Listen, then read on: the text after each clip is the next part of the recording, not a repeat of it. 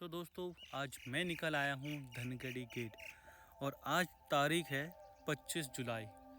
और आप सभी लोगों को पता होगा कि आज जिम कॉर्बेट साहब का जन्मदिन धनगढ़ी में बनाया जाता है। तो दोस्तों इनका जन्मदिन 25 जुलाई 1875 में हुआ था और ये हुआ था नैनीताल जिले में। तो आज धनगढ़ी पे इनका बर्थडे सेलिब्रेट किया जा रहा है। तो चलो आज आपको दिखाते हैं।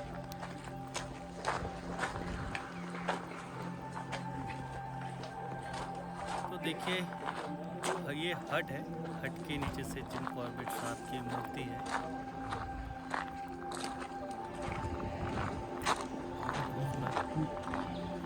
आगे फर्स्ट इतना आसान भी नहीं है। और अपने घर में भी आगे अपने अपने परिवार वालों को बताना है कि माँ ऐसा नहीं है कि जंगलात वाले ऐसे होते हैं, क्योंकि अक्सर मैंने ये देखा है, मैं इसको खुल के बोल रहा हूँ, खुले मन से बोल रहा हूँ कि लोगों को लगता है सब बकवास है। लोगों का कि ध्यान है कि बॉर्डर का आर्मी वाला कि हमारे देश को बचा रहा है। एक आर्मी वाला एक दिन गाड़ी धोता था नदी पे यहाँ नाले में, तो मैंने कहा भाई साहब गाड़ी आप गलत जगह धो रहे हैं, तो कहता मैं आर्मी में हूँ। मैंने कहा बहुत बढ़िया। फिर मैं देखा रहा उसको, मैं देखा रहा, मैंने कहा दोस्त इस पानी को हमारे बच्चे पीते हैं रामनगर में, और गाड़ी धोने का एक गैराज होता है, और इस गाड़ी में जो भी तुम्हारा गंदा निकल रहा है, क्या निकलता है, वो काला ग्रीस और पेट्रोल जो भी बह रहा होगा, गंदा पन्ना जो भी रहा होगा, ये सब पानी में जा रहा है। मैंने कहा पानी का कलर देखो, अब जो पानी आ रहा है जहाँ पे रखे डाला और जिसका बदल के पानी गया है, ये पानी उसमें गया है, जहर बन रहा है। ये जहर मछलियों के लिए भी है और जो हमारे बच्चे पी रहे हैं वो भी हैं।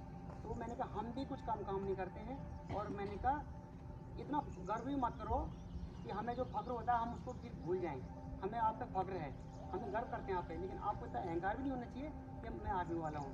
तो हर किसी का काम बड़ा है यहाँ पे, उनको तनख्वाह मिलती है उस बात के लिए, हमें भी तनख्वाह मिलती है ना।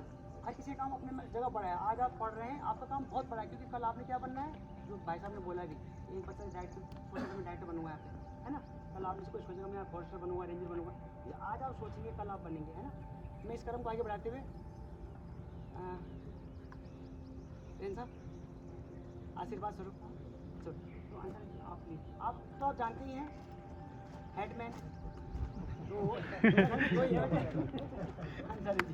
कॉर्बेट साहब के 149वें जन्मदिवस समारोह में उपस्थित पार्क के डिप्टी डायरेक्टर साहब, पार्क वार्डन साहब, रेंजर साहब, समस्त वन स्टाफ, समस्त CRVR एवं ताज स्टाफ एवं प्यारे बच्चों एवं गुरुजी लोग, जब कॉर्बेट साहब का बर्थडे हम लोग हर साल मनाते हैं यहाँ। उनका जन्म सबको पता है 1875 में नैनीताल में हुआ था। अभी बात आई थी कि जब कॉर्बेट साहब मूल निवासी हैं, और इस बात को मैंने 100% कहा था, जब कॉर्बेट साहब का जन्म उत्तराखंड हुआ था और आजीवन जब तक वो जिंदा रहे, वो भारतवर्ष के ही नागरिक रहे।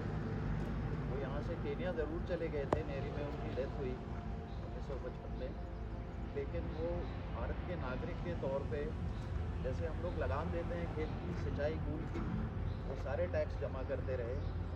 और जहाँ अपनी मृत्यु से पहले अपना मकान जो था, जिसे बाद में कॉर्बेट टाइगर रिजर्व ने खरीद के संग्रहालय बनाया, अपने मित्र को बेच दिया। और ज़मीनें जो थी जिसके कब्ज़े में जैसे बटाई होती है ना, हम लोग बटाई पे खेती करते हैं, जिनकी बटाई में थी वो उनके नाम कर गए। अब इससे बड़ा भारतवर्षी होने का आप सबूत क्या लेंगे। दूसरा, जिम कॉर्बेट साहब कितने बड़े प्रकृतिविद कैसे बने, जिम कॉर्बेट साहब के इस पहलू पे ज़रा कम लोग नज़र डालते हैं। जिम कॉर्बेट साहब पढ़ाई लिखाई के बाद रेलवे में नौकरी करने गए, और सबसे पहले जो उनकी जॉब थी वो बख्तियारपुर में थी। काम क्या था, आज के ज़माने में रेलवे जो है वो बिजली से चलती है, लेकिन उस ज़माने में 1925-1930 में फॉसिल फ्यूल जिसे हम कोयला बोलते हैं वो भी नहीं था। उस समय जंगल काटे जाते थे, लकड़ी सुखाई जाती थी, और उस लकड़ी को स्टीम इंजन में डाला जाता था। जिम कॉर्बेट साहब की फोर्स 10 एकड़ प्रति दिन के हिसाब से जंगल काटती थी, जिसके वो इंचार्ज थे लेबर फोर्स के। ये देखते देखते उनका मन ज्वलित होने लगा कि जिन जंगलों से वो प्यार करते थे, नैनीताल के आसपास पले बढ़े, कालाडूंगी में उनका घर था, तो उनका मन धीरे धीरे खिन्न होने लगा। उसके बाद उनकी ज़िंदगी में सबसे बड़ा दूसरा मोड़ जो आया, उस ज़माने में शिकार खुला हुआ था। शिकार कब बंद हुआ भारतवर्ष में? शिकार बंद हुआ वाइल्ड लाइफ प्रोटेक्शन एक्ट 1972 के आने के बाद, लेकिन उस समय खुला था। सारे राजा महाराजा, सारे अंग्रेज शिकारी, सारे अंग्रेज अधिकारी शिकार खेलते थे। और वन में ऑर्गेनाइजेशन जो था वो जिम कॉर्बेट साहब के हाथ था, कितने हाथी जाएंगे, कितने ये होगा। तो उस ज़माने में बहुत शिकार हुआ और उनका मन बिजनौर डिस्ट्रिक्ट में जब वो बर्ड हंट पे गए, एक दिन में 4000 चिड़िया मारी गई। वो देख के उनका मन उद्वेलित हो गया कि नहीं, ये बहुत गलत हो रहा है। और उस समय उन्होंने ये कहा, तब ऐसा माना जाता है कि भारतवर्ष में तकरीबन 30,000 बाघ थे, जो आज की तारीख में 5,000 भी नहीं है। तब उन्होंने 100 साल पहले ये कह दिया 1936 में कि साहब अगर बाघ बचाए नहीं गए तो एक दिन ऐसा आएगा कि भारतवर्ष से बाघ गायब हो जाएंगे। उनके 100 साल पहले की 1930-1936 की सोच का नतीजा ये है कि आज हम सब यहाँ इकट्ठा हैं भारतवर्ष में और पूरी दुनिया में। आप साइंस के स्टूडेंट भी होंगे, आपको ये मालूम होगा कि फूड पिरामिड क्या होता है। टाइगर को हम इतना ज़्यादा क्यों मानते हैं? टाइगर को इसलिए मानते हैं कि वो एपेक्स प्रेडेटर है, हमारी खाद्य श्रृंखला के टॉप पे है। अगर उसमें से टाइगर को हटा देंगे तो सारी खाद्य श्रृंखला गड़बड़ हो जाएगी और हमारा आपका भी जीना मुश्किल हो जाएगा। ये बात 1936 में जिम कॉर्बेट साहब ने सोच के इस पार्क को बनाने में मदद की। ऐसे महान व्यक्तित्व का आज बर्थडे है, आज जन्मदिवस है। मैं आप सबको यहाँ उसमें शामिल होने की बधाई देता हूँ, धन्यवाद करता हूँ पार्क की ओर से भी। आपने इतनी गहराई से बताया ना, मुझे ऐसा लग रहा है कि अब हमें एक दिन स्कूल में जैसे टॉम ऑल्टर जी करते थे कॉर्बेट का प्रोग्राम, वो करना पड़ेगा। उनकी पुस्तक पढ़ते थे वो, तो कुछ पुस्तक पढ़ के एक नई चीज़ आएगी स्कूल के लिए और बच्चों में बहुत ज़्यादा जिज्ञासा आएगी। और जो 3 बच्चे थे वो तो पहली बार तो आगे आ जाए, जो 3 लड़कियों ने बोला है यहाँ पे। मैं इसी कारण को आगे बढ़ाते हुए मैं अपने जैसे मॉडल से कहूँगी कि वो सब बच्चे के 3 बच्चे आगे आ जाए, 3 बच्चे। बस पहली बार ये जिम कॉर्बेट की बर्थडे के लिए सभी जो हमारे साथ बीच में उपस्थित थे सभी को बहुत बहुत शुभकामनाएं। आज इन तीनों बच्चों ने जो आके यहाँ का बहुत ही खुश हुआ कि आप लोगों ने बस जिम कॉर्बेट के बारे में बस यही पढ़ते थे कि यहाँ पे एक टूरिस्ट प्लेस है या नेशनल पार्क है, घूमने आते हैं देश विदेश से, लेकिन ये लोग आगे बढ़ के उसको जिम कॉर्बेट के बारे में भी सोचे कि क्या क्या है, उनके डिटेल्स भी थोड़ा समझे। लेकिन मैं ये कहना चाहूँगा कि जिम कॉर्बेट तो बहुत महान आदमी थे, उनके बारे में डिटेल्स पता करना तो बहुत ही आवश्यक है। बट उसके साथ साथ वो जो वैल्यू सिस्टम के लिए खड़े थे उसको भी हम गौर से देखना पड़ेगा कि वो 2 वैल्यू सिस्टम के लिए खड़े थे। अंसारी जी ने बहुत अच्छे तरीके से बताया कि एक वैल्यू सिस्टम तो वो कंजर्वेशन था कि कैसे इन पेड़, हमारे बाग या जो भी अन्य वन्य जीव है उनको कैसे बचाया जाए, बचाए जाने से क्या क्या मतलब उसको दूरदृष्टि से देखा उन्होंने कि आज बचाएंगे, आज से बचाने शुरू करेंगे तो हमारे लिए क्या बेनिफिट होगा। तो ये जो 150-100 वर्ष पहले जो सोच था वो आज हमें नतीजा मिल रहा है। और उसके साथ साथ उनका सेकंड वैल्यू सिस्टम था, वो भी जो अंसारी जी ने बताया था कि जब वो यहाँ भारत छोड़ के जा रहे थे तो वो कम्युनिटी के जो भी वहाँ पे उनके साथ रहते थे उनको अपना पूरा प्रॉपर्टी बांट के चले गए। और ये उनका ये भी व्यवहार था कि वो जब भी यहाँ पे रहे तो वो कम्युनिटी के साथ जुड़ के रहे और उनको ये पता था कि ये कंजर्वेशन तभी हो सकता है जब वो कम्युनिटी साथ में उनको हाथ देगा। तो मैं आप सभी से, आप हमारे बच्चे लोग हैं, आप नेक्स्ट फ्यूचर जनरेशन आप ही हो, तो आपसे यही अनुरोध करूंगा कि वो जो वैल्यू सिस्टम था कि आप ये जो कम्युनिटी है ये आप हाथ आगे बढ़ाएंगे। हम फॉरेस्ट डिपार्टमेंट इतना ही काम कर सकते हैं कि हम इस जंगल को बचाएं, लेकिन इस जंगल को आज तक नहीं बचा सकते, लेकिन आगे आने वाले दिन में बचाना है वो तो आपके हाथ में। आप जाके अपने पेरेंट्स से, अपने नेबर से कहेंगे कि अगर जैसे कि अभी चुमाल जी ने बहुत अच्छी तरीके से कहा कि अगर कोई सांप आ जाती है तो वो डरने का कोई विषय नहीं है। ये तो वन्य जीव का ये है, नेशनल पार्क है, तो यहाँ ज़रूरी वाइल्ड एनिमल्स आपके घर तक आ रहे होंगे, उससे बहुत तकलीफ भी होंगे, लेकिन ये हम एक एस्टैब्लिश फैक्ट है कि हम वाइल्ड लाइफ का बिहेवियर तो चेंज नहीं कर सकते, वो तो उनका बिहेवियर है ही, बस हमारा बिहेवियर चेंज कर सकते हैं। तो कूड़ा ना फेंके ताकि वो ज़्यादा तक अपना घर तक ना पहुँचे, या अपना लेट नाइट ना निकले, या अकेले ना निकले जब भी निकलते हैं। तो अगर आपके घर में कोई घास काटने जा रहे हैं उनको ये ज़रूर बताइए कि जब जाएंगे तो 4-5 इकट्ठे होके जाएं। ऐसे आप चेंजेस लाना पड़ेगा, जब आप चेंजेस लाएंगे तभी ये कंजर्वेशन सक्सेसफुल हो पाएगा। तो इसी के साथ मैं यहीं पे विराम देता हूँ। तीनों बच्चों ने बहुत अच्छा बोला, अगली बार और भी चेहरे चाहिए ऐसे, ठीक है। इन तीनों को एक छोटा सा, हम पहले से था नहीं प्लान, लेकिन बहुत अच्छा बोला, तुरंत ये तक निकाला है, बहुत बढ़िया।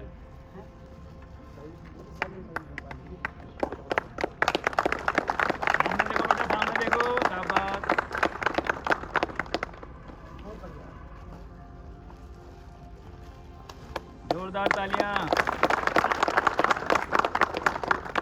देखो तीनों लड़कियां हैं, कोई लड़का नहीं आया आगे। अगली बार क्या बात। प्रोग्राम को आगे बढ़ाते हुए हम सब वहाँ जाएंगे अभी कहाँ पे सफ़र में। ये सब मैं सबका धन्यवाद दूंगा कि सर ने अपना समय निकाला कि अभी ऑफिस भी जाना है और होटल एसोसिएशन चिमवाल जी। तो हम क्या कर रहे हैं अभी सब जाके सफ़र में बैठ रहे हैं। यहाँ गर्मी बहुत हो रही है, फिर केक काटेंगे, कुछ नाश्ता है आपके लिए, फिर उसके बाद म्यूजियम भ्रमण होगा, ठीक है। और वहाँ पे हम बातें भी करेंगे। अभी मुझे बहुत कुछ सीखना है आप लोगों से, मुझे स्कूल आना पड़ेगा पढ़ने के लिए। आप लोग लाइन से जाके बैठ जाओ। तो दोस्तों यहाँ पर फॉरेस्ट टीम जिम कॉर्बेट साहब को श्रद्धांजलि दे रहे हैं और आगे देखिए यहाँ पे फूल चढ़ाए जा रहे हैं और लगातार फॉरेस्ट टीम यहाँ पे आके श्रद्धांजलि देंगे।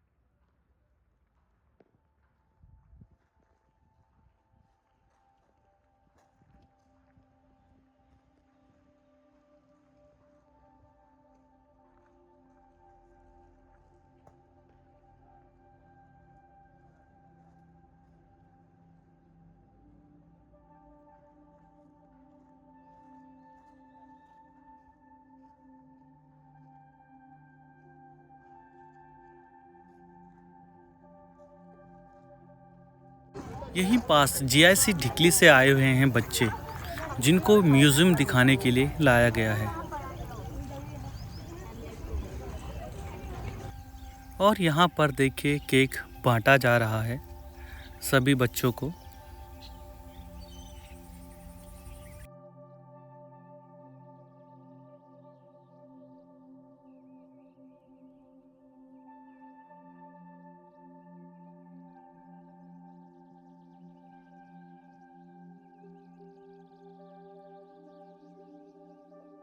देखिए दोस्तों, यहाँ पर जिम कॉर्बेट पार्क और पहाड़ की सांस्कृतिक इस जगह पर दर्शाई गई है जो कि बेहद खूबसूरत है।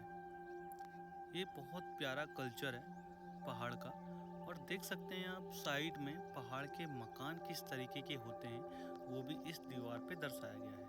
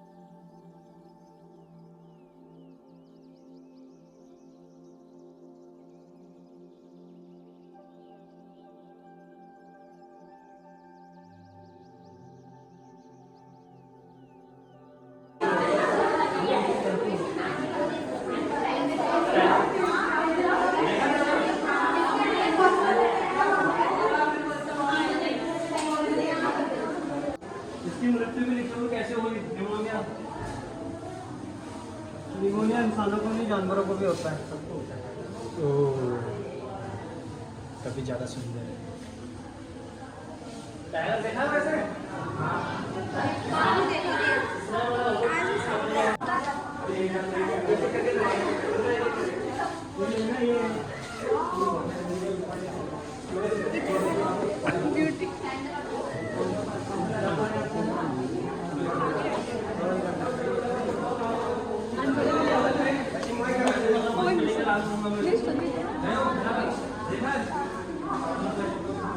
बताओ कौन कौन से लोकेशन है? ये धनगढ़ गेट है, यहाँ पर हम खड़े हैं। यहाँ से ये एंट्री है दिखाने के लिए। इसमें आगे तक 6 किलोमीटर से सुल्तान गेस्ट हाउस आता है, फिर आगे गैरल, यहाँ से फिर सरगुड़ी आता है 18 किलोमीटर में, फिर खिलनौली आता है, और ढिकाला ये 31 किलोमीटर पे है धनगढ़ गेट से। ये जो दिख रहा है नीला नीला, ये कालागढ़ बांध तो रिजर्व पर है। कालागढ़ डैम यहाँ पे है, इसका सपोर्टिंग बांध है सैडल डैम। ये कालागढ़ डैम है मेन डैम। ये कालागढ़ मार्केट है। ये यहाँ से मतलब यहाँ से कालागढ़ से और पश्चिमी रामगंगा चली जाती है पूरी यूपी में। अच्छा,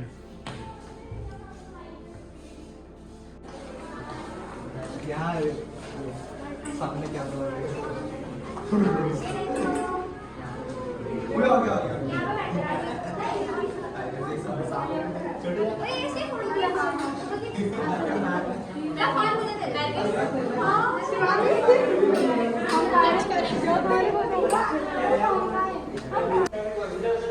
सारे लोग सामने देखो।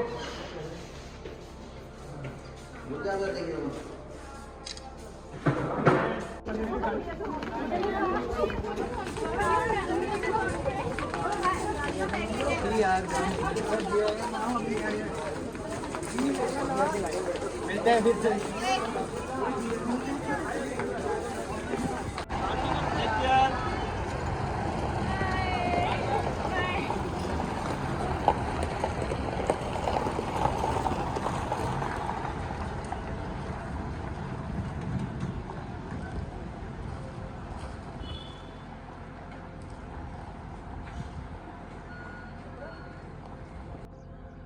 तो दोस्तों आज का जो मौसम है वो बेहद खूबसूरत है,